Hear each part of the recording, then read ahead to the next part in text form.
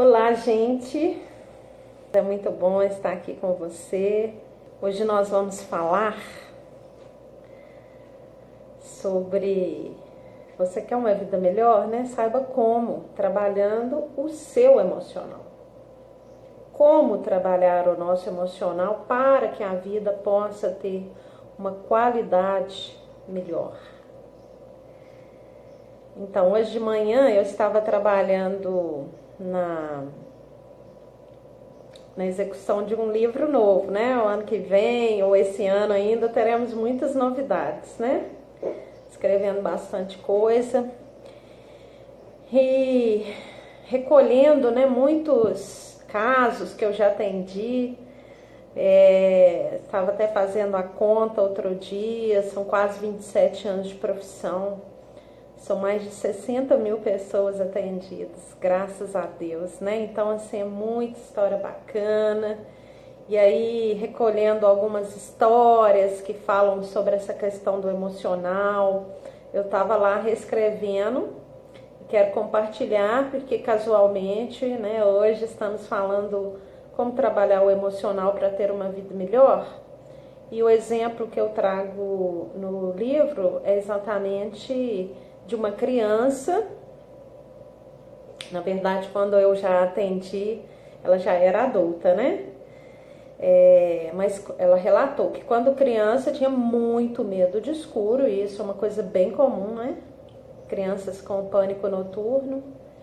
E ela tinha muito medo de escuro e um pouco aquela história que muita gente sabe, né? Os adultos não conseguem dar esse suporte porque não entendem bem porque que a criança está com aquele medo. Claro que alguns adultos sim conseguem, né? Dar esse suporte, outras não. Muito obrigada, aqueles que estão entrando aí agora, né? Então, estamos falando... Estou aqui contando uma historinha sobre a questão emocional, né, de uma pessoa que eu atendi, que quando era pequena tinha pânico noturno por causa do escuro. Bom, como as pessoas não conseguiam dar ouvidos e tudo, ela teve que resolver aquilo sozinha, né, entre aspas, sozinha, porque eu vou explicar aqui.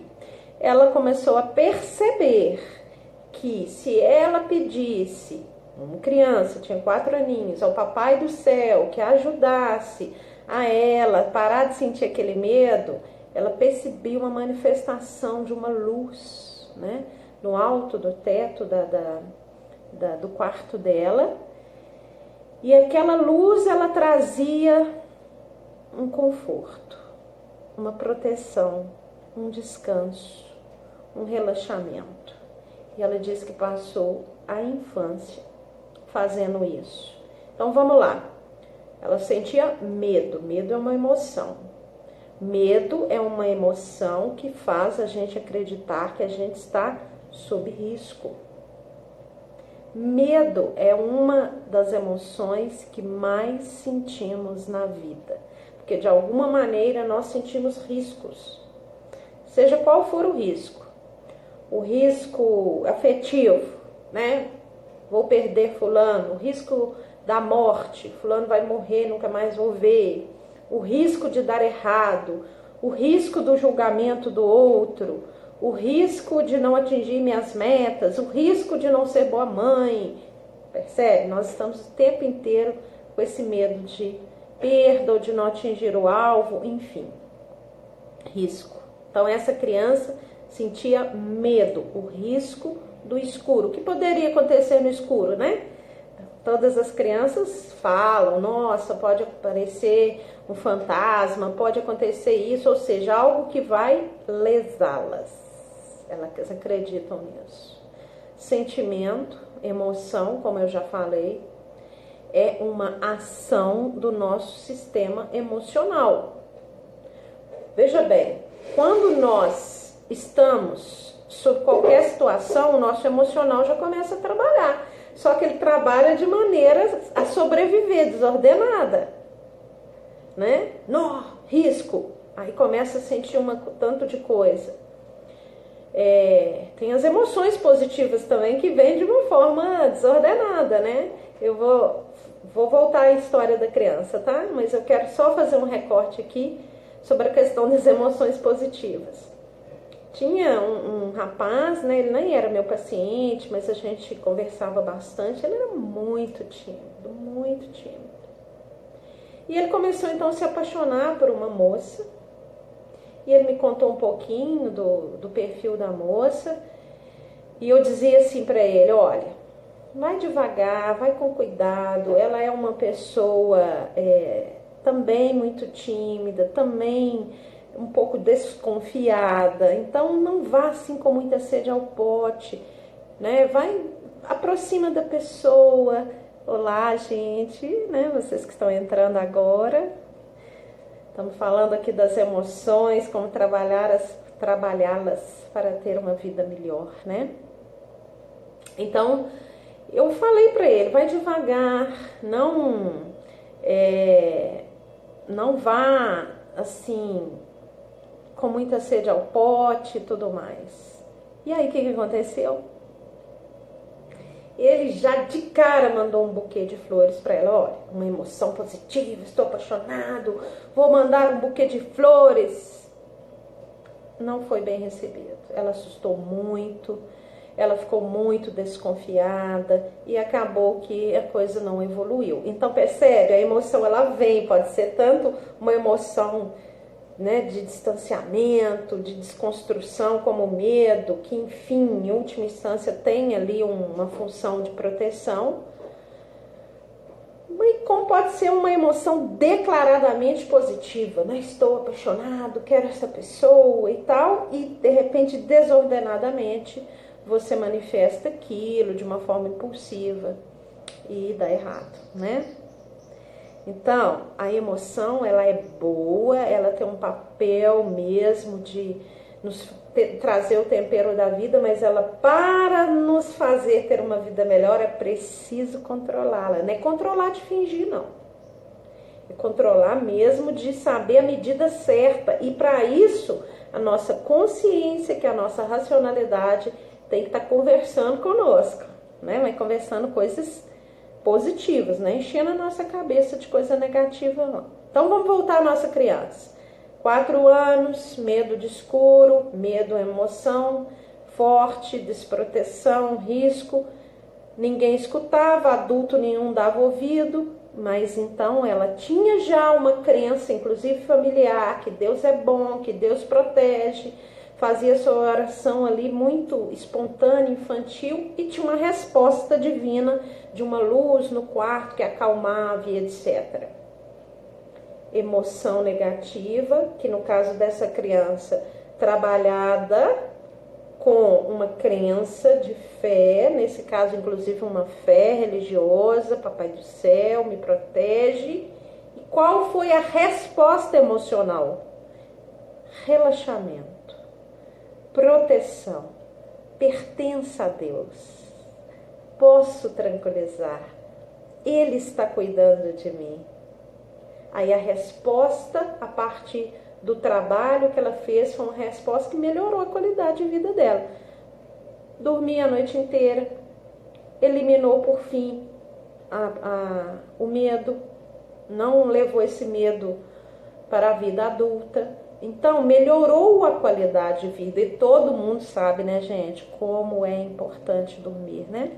Como é importante. Qual é a melhora de vida que você está precisando? Às vezes é relacional, às vezes é no seu interior, que está muito bagunçado ainda, não é? Bagunçado assim, confuso, cheio de perguntas que não tem respostas, cheio de insatisfações. Às vezes é uma melhora física, uma melhora espiritual, uma melhora na ordenação das suas finanças. Você vai precisar fazer essa pergunta. Qual é a pergunta? Quais são as emoções que estão aqui aumentando talvez um peso de alguma coisa? Eu lembro também de uma pessoa que mora do lado de um bar que tem música, você imagina, né? A confusão que é. Então, toda vez tinha que ir lá, fulano, abaixar a música e tal, e por fim ele já estava ficando muito nervoso com aquilo. E aí um dia ele percebeu, ele falou assim, eu percebi que eu já vou com irritação. A emoção de raiva. O que é a raiva? Sentimento de que eu estou sendo desrespeitado. Isso é a raiva, não é? Então, o que ele fez? Ele começou a trabalhar na cabeça dele uma coisa muito interessante. Ele fazia na cabeça dele uma conversa antes de ir lá, amigável. Eu vou chegar lá, ele vai me escutar adequadamente. E ele falava isso, ele visualizava dando a mão pro rapaz, cumprimentando, o rapaz do bar.